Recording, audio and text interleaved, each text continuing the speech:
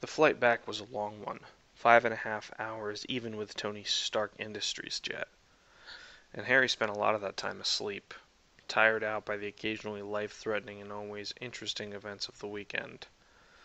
Sprawled across the cream-colored sofa-style seats, head resting in his father's lap, Thor, in his James Potter form, was holding him close, covering him with a blanket and occasionally running a hand through his hair. Even Tony trod lightly around the two, and they were unbothered. Pepper came in and paused, smiling at the tableau before her.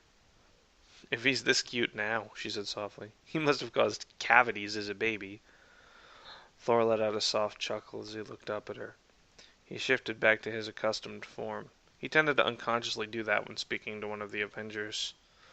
"I'll let you judge for yourself. There are a few family albums in the Potter vault, and I believe Harry himself has one." He looked back down at Harry.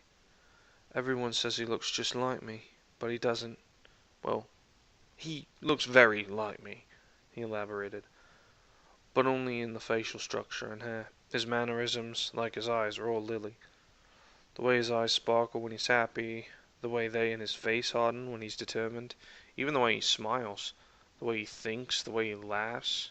It's all, to me, so painfully like Lily." "It must be hard," Pepper said sympathetically. "A little," Thor admitted. "But seeing those smiles, it's like standing in a ray of sunshine on a warm spring day. Sad, yes, because of the strong hint of winter that still clings to it, but all the more glorious because summer's coming soon, and things can only get better." "You wouldn't swap him for anything in the world, would you?" Pepper said knowingly, wondering if at Thor's bout of eloquence. This wasn't a new event, as while Thor was a warrior first and foremost, large, bluff, boisterous, and cheerful, he was also a prince with a courtly manner. "Not for all the power and knowledge in the Nine Realms," Thor said softly. "Not for anything. The greatest treasure that was ever existed is sleeping in my lap. He's the jewel of the House of Odin. Even the legendary Arkenstone could not compare." He looked at Pepper again, eyes bright with emotion. "He's my child. Nothing can compare." His smile too turned knowing. "Something that you too will one day understand." Pepper flushed slightly. "I do want kids someday, but not before Tony is ready, because you want them to be his," Thor finished.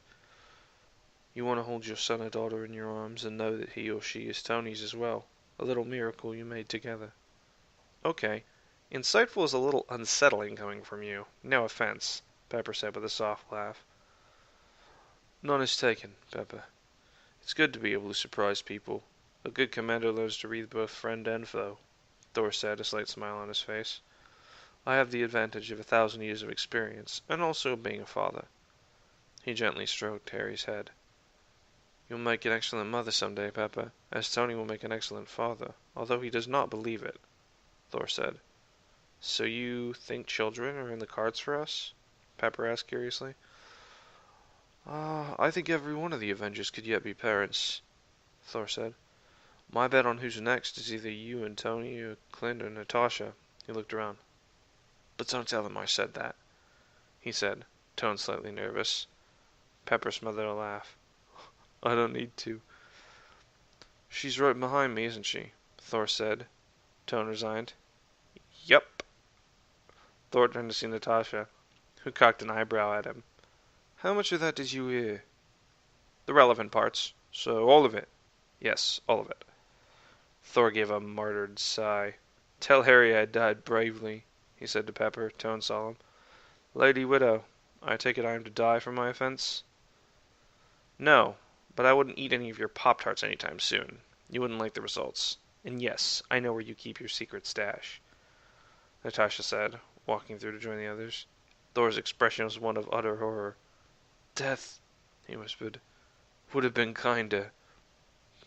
Pepper laughed, as she had a bad case of the giggles. Thor looked dolefully down at his son, shifting back to James Potter form. "At least you didn't hear any of that," he sighed. Harry's right eye cracked open. "Oh, I heard all of it," he said, grinning like the Cheshire Cat. "Next time you talk about Nat like that, do it where she isn't hearing," he advised. Thor stared at him. "And I would advise you not to call her Nat," he warned. "She doesn't like it for some reason and only lets Clint do it. Tony tried it once. The results were not pretty." Natasha had said nothing, but had slipped military-grade laxatives into his drink. Tony had not repeated the name. Harry shrugged as if it was nothing. "She said it was cool," he said, then yawned and wriggled into a more comfortable position before going back to sleep. Thor stared down at him. Harry didn't even know the significance of what had happened, he thought. The significance of being allowed to use that name. Maybe, he reflected, that was exactly why she let him use it. And for some reason, the red-haired assassin had taken an instant liking to Harry, though she hadn't shown it overtly. Thor wouldn't have noticed at all if he hadn't seen her idly ruffle his hair when the two were getting a mid-afternoon snack, as if it was the most natural thing in the world. It was a gesture he might have expected from Lily, and for a moment he considered the outlandish theory that Lily lived on in Natasha. He dismissed it. At most, there was an echo, like he'd heard, or thought he'd heard, in the Hogwarts grounds, and he doubted even that. Lily was dead, and he had to accept it. His thought processes moving back to why Natasha had shown vague maternal inclinations towards Harry. Maybe it was because Harry was still a child, and had a certain childish innocence about him, despite all he'd been through. Something remarkable in and of itself. An innocence that the Avengers, Natasha and Loki in particular, cherished, simply because they had lost the same innocence so long ago. Maybe it was because Natasha secretly wanted children of her own, and Harry could, at a glance, have been taken for her son. They had very similar eyes, and a similarly strong, but differing, bone structure. It was not impossible that they were distantly related, but, he deemed, unlikely. Lily's father had been of American extraction, he recalled, and her mother's family was more Scottish than Russian, though he thought that some of the Grey clan existed in America with the same stunning red hair and green eyes. Maybe it was because Harry reminded her of someone in her past, a little brother or a similar figure, someone she had taken care of. He shrugged inwardly. Natasha was a closed book and kept her own counsel often enough.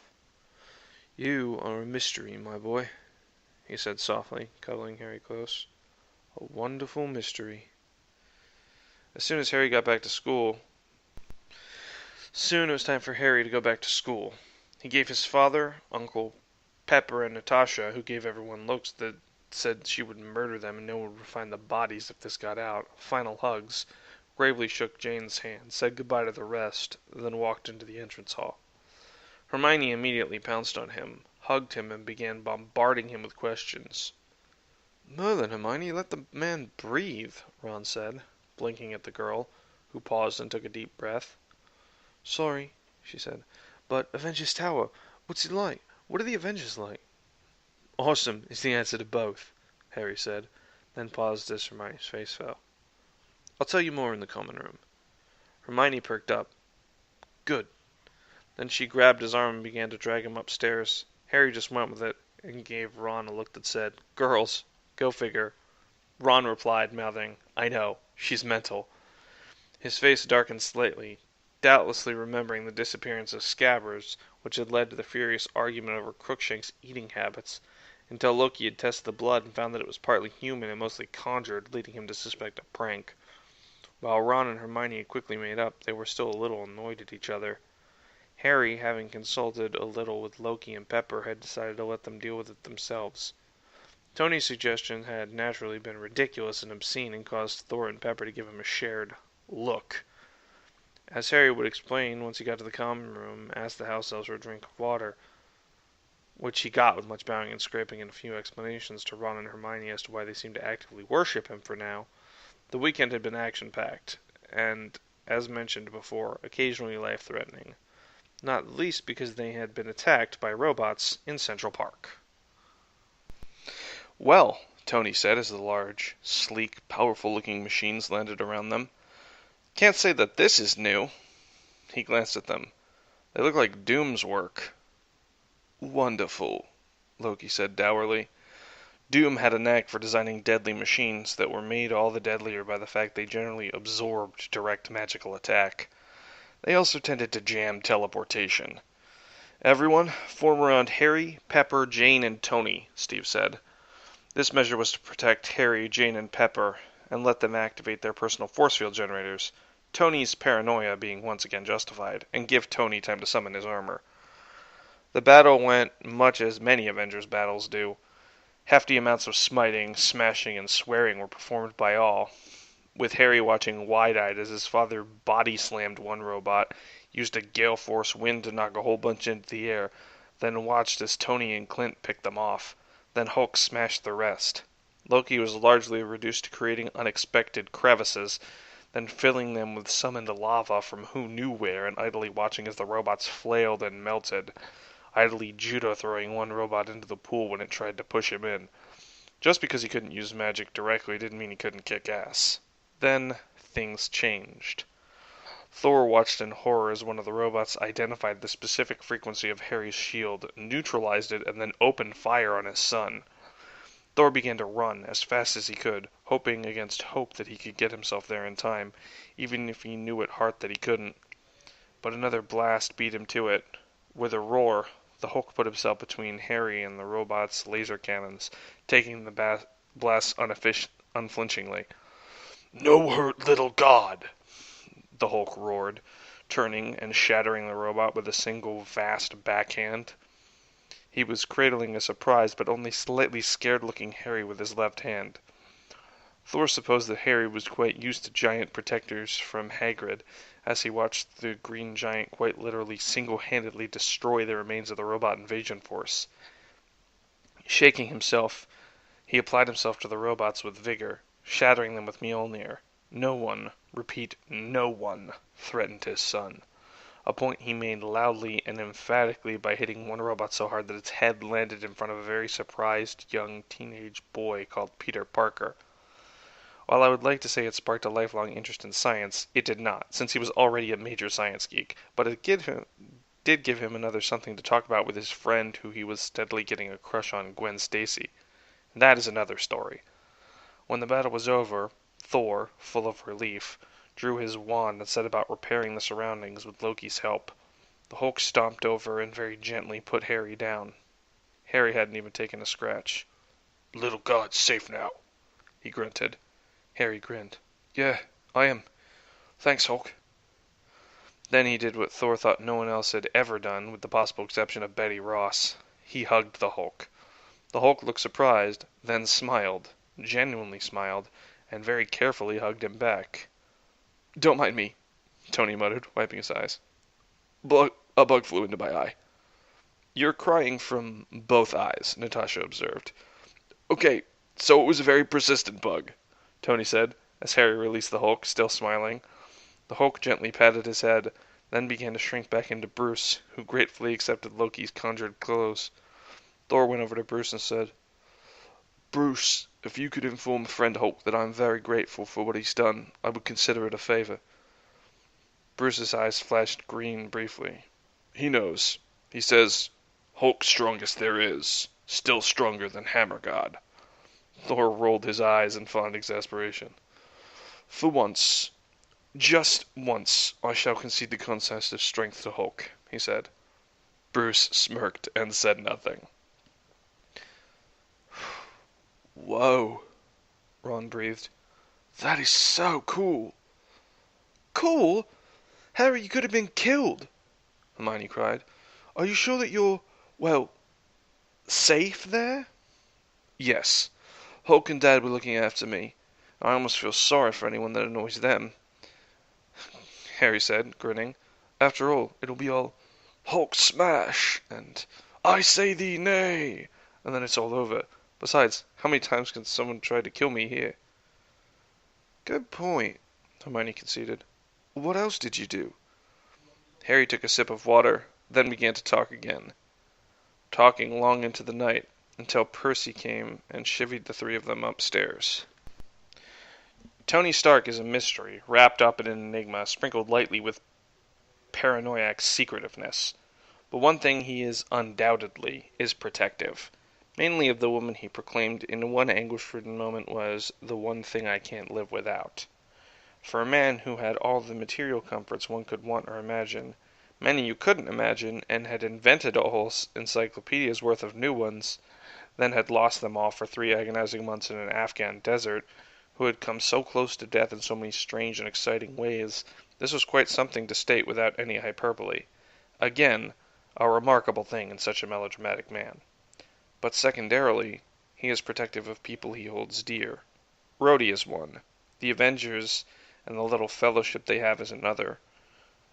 Bruce is closest in all of them, the science bros instantly bonding, while Loki occupies a vaguely peripheral orbit, slowly being drawn closer and closer, but still somewhat outside, like an asteroid that is eventually going to be drawn in entirely, but for now charts its own course.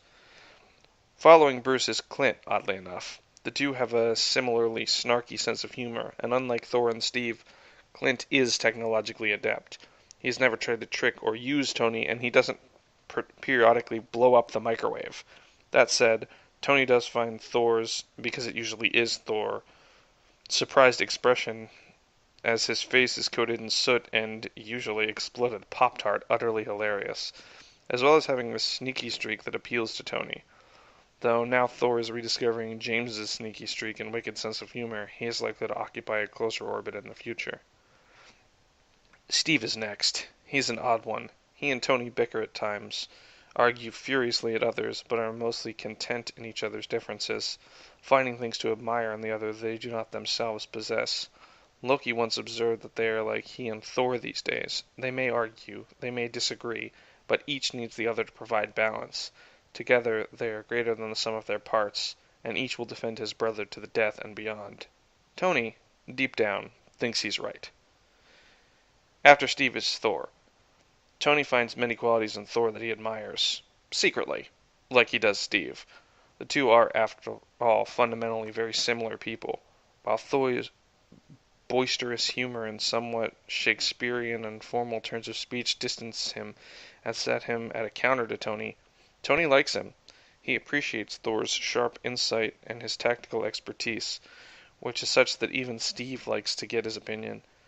And when they are facing something from the darker side of mythology, he often listens to Thor on the relevant battle tactics, since he's probably killed it at least 20 times before, and Loki on the details of the beast or being in question, since he probably knows everything there is and isn't to know about it.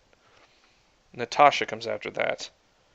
Tony is slow to trust, and once someone has abused his trust, he tends to have difficulty trusting them again. That said, bonds forged in fire and blood are strong, and in battle he trusts her implicitly. Out of it, he's come to trust her, but it is slow going. He knows very well how dangerous she is, and he respects that in his own irreverent fashion. One thing that Natasha likes about Tony is that for all his biting sarcasm, he's stopped his wandering eyes. He appreciates a woman as much as the next man, as he will happily tell you at length. But he's Pepper's man now, and happy that way, and he always treats her with his own irrelevant brand of respect, never condescending to her about her abilities, or assuming he knows more than her in her area of expertise. Then there's Loki. Loki, Tony's kindred spirit, his dark reflection, and in some respects his partner in pranking crime. The two get on well, genius and caustic wit calling out to one another. Human science intrigues Loki, who actually has a very good grasp on it, something largely down to the fact that he already knew most of the basics. He just needed to learn a new vocabulary and the rest, which he did, at an incredible rate. When quizzed on it, he would explain that Asgardians of the royal family actually had a near eidetic memory, particularly when they chose to apply themselves. The rest of the species had it to a lesser extent, much like their strength. The combat arts came naturally as a result, meaning the average 18-year-old Asgardian might know 20 martial arts, when a mortal 18-year-old who had devoted their life to the study might have picked up 10. Unfortunately, this did not always translate to technological skill, as remembering how to do something does not equate to understanding it or the principles behind it. That said, Tony had a sneaking suspicion that Thor did, in fact, actually have a much greater grasp of human technology than he pretended. Tony was one of the few humans that Loki admitted was mentally a match for him, or thereabouts, and grudgingly acknowledged Tony's inventive genius, which had quickly grown into full-blown admiration. Not that he would ever say it. Bruce is another, and Jane is close to a third. In her own field, she impresses even Tony, but she does not have the same breadth the other two do, nor the same intuitive grasp for what seems to be the fundamental building blocks of the universe, which even Loki doesn't match, except in his own way, through magic, which isn't quite the same. Tony is convinced that if he and Bruce were quantum physicists, they'd have figured out how to rewrite reality by the time they were 30, at the outside. Loki agrees and is privately glad that they aren't. Tony Stark's vision of the universe, even tempered by Bruce, would be by turns hilarious and horrific. Jane, Darcy, and Eric don't quite occupy a place yet. They don't really know each other as well, but Tony does care for them, if only in connection with Thor and his own respect for Jane and Eric's considerable intellect and Darcy's rapier wit and ability to drink men twice her size, i.e. Eric, onto the table without slurring a word. They once had a drinking contest. Tony won, but only through dint of superior experience, and not by as much as he might have liked.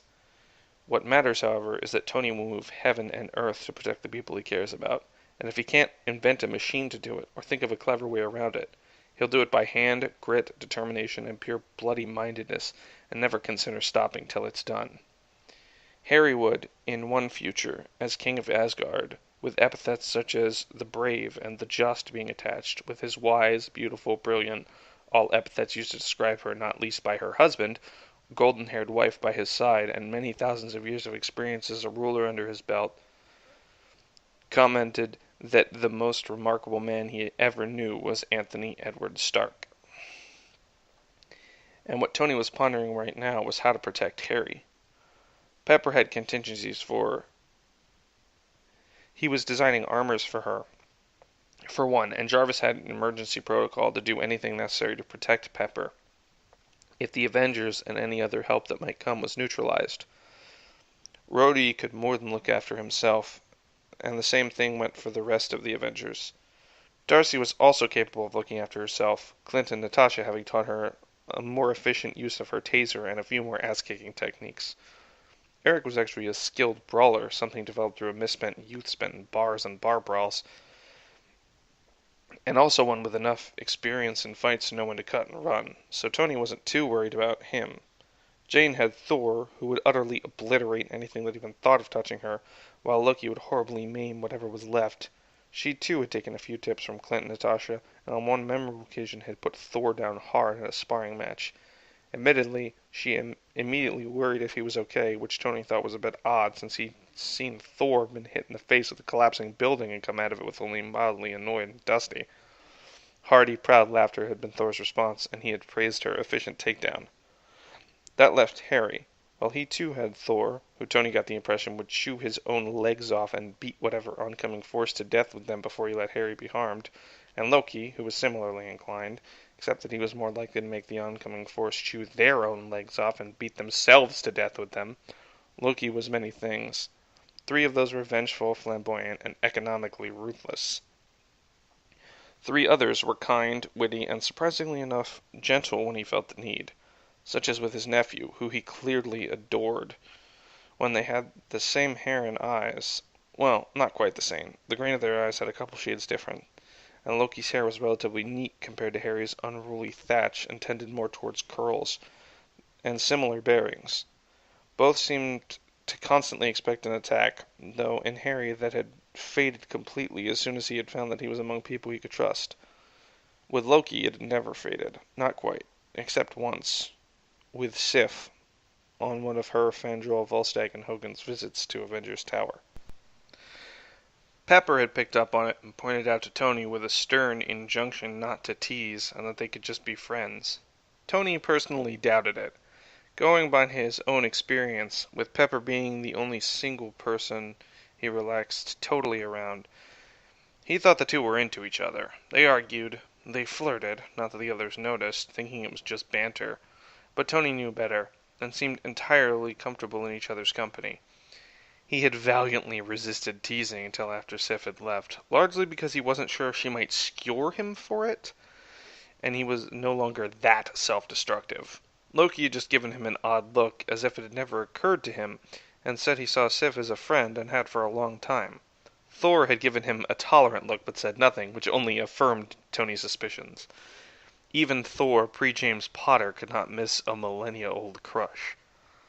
But, again, back to Harry. Harry was young, magical, certainly of above-average intelligence, and with a quick mind for practical things. For instance, He had given Tony a puzzled look when he tried to explain a car engine to him, but quickly taken to it when Tony opened up the hood of one of his old cars in the basement and helped him experiment and learn by experience. In that respect, he was very much his father's son, who learned better by doing and seeing than by reading. His magic afforded him some defenses, but they were limited, and if he lost that wand, he was as vulnerable as the next untrained kid. Armor, maybe? He'd read the shield fires on the Death Eaters, cheesy name, but dangerous group. Even Tony Stark does not take fanatical reality-warping terrorists with a fondness for mind control, torture, and outright untraceable save by eliminating all other possibilities, murder, that they could enact with but a couple of words, at most, lightly. Oh, and teleportation. Loki assured him that anyone who tried apparating into the tower would be splinched, then provided a colorful explanation complete with images that made Tony feel physically ill. Muttered rudely about its inefficiency, sloppiness, and corruption of his original technique, and that in terms of magical power, comparing them to him was like comparing a Mini, Loki liked cars, or a Bugatti Veyron to Tony's most wild imaginings of future iterations of the Iron Man armor. One might be relatively far stronger than the other, but he was so far beyond both as to be ridiculous. While Loki tended towards arrogance and hyperbole as much as Tony, this one time he might not be joking. Again, he finds himself sidetracked. Combat training? That might help. The kid has excellent hand-eye coordination, is brave, holds up well under pressure, moves fast, and has reflexes that make a snake on a hot tin roof look sluggish. Not only that, but he has a lot of wiry muscle, gained from wrenching a twig through the sky at hundreds of miles an hour since he was 11 years old. Teach him a few nerve strikes and he'll be making Spock look like an amateur in a matter of months. It would prove a suitable addition to him flying a Quinjet. Tony had run through the data himself. The kid was a natural pilot. He may not be much for technical details and book learning, but when it came to thinking on his feet, acting on instinct, and applying practical knowledge, he was good. Very good. Again, his father's son. He also has a dry wit, probably picked up as a defense mechanism somewhere along the way. Tony can relate, and he honestly likes the kid. He can see better than anyone the juxtaposition of smart, funny, surprisingly mature young man who knows what it's like to face death head on, to look at its face and say, "Not today," and vulnerable little boy, all wide green eyes, wonder, messy hair, and formerly parentless, desperately looking for loving figures in his life, to hold him through the dark times, to care for him and assure him they don't care how fucked up he is, what his past holds, what expectations his name, reputation, and abilities bring, but who love him deeply and unconditionally despite it all. Yes, Tony can definitely relate. But unlike Harry, who is a guilelessly open book around people he likes and trusts, only two people in the whole world have got a good look at the vulnerable side of Tony Stark. Pepper and Rhodey. Loki and Natasha both know a bit about it for different reasons. It's partly why Tony still harbors a little bit of resentment and mistrust towards Natasha, because she saw him when he was vulnerable, when his carefully constructed and maintained emotional armor was chipped and falling around his ankles. Loki he trusts with it, to an extent, because he's seen Loki's raw and vulnerable side too, and knows that the Shadow also strives to hide his vulnerability behind wit and charm. It is this shared vulnerability that helps he and Loki get on, and it is what allows him to relate to Harry and feel a desire to take him under his wing in a roguish, disreputable, but genuinely caring sort of way, and ultimately to protect him. He wouldn't move heaven and earth to protect him any more than he would any other kid. Yet. That will change, he reckons. But how to protect him? Clearly portable force fields didn't work, and Hulk and Thor couldn't be everywhere. Tony sat back and drummed his fingers on the armrest of his seat. He'd have to think about this more, and talk to the others. He paused as he thought about that last part and quirked his lips into a wry smile. Once upon a time, he'd never have considered consulting anyone or anything. Then had come Afghanistan. His smile faded, and his hand drifted up under his shirt, as it often did, to his arc reactor. It was a strange feeling to reach up under all the coverings, and where there should be skin and bone, there is metal and fiberglass.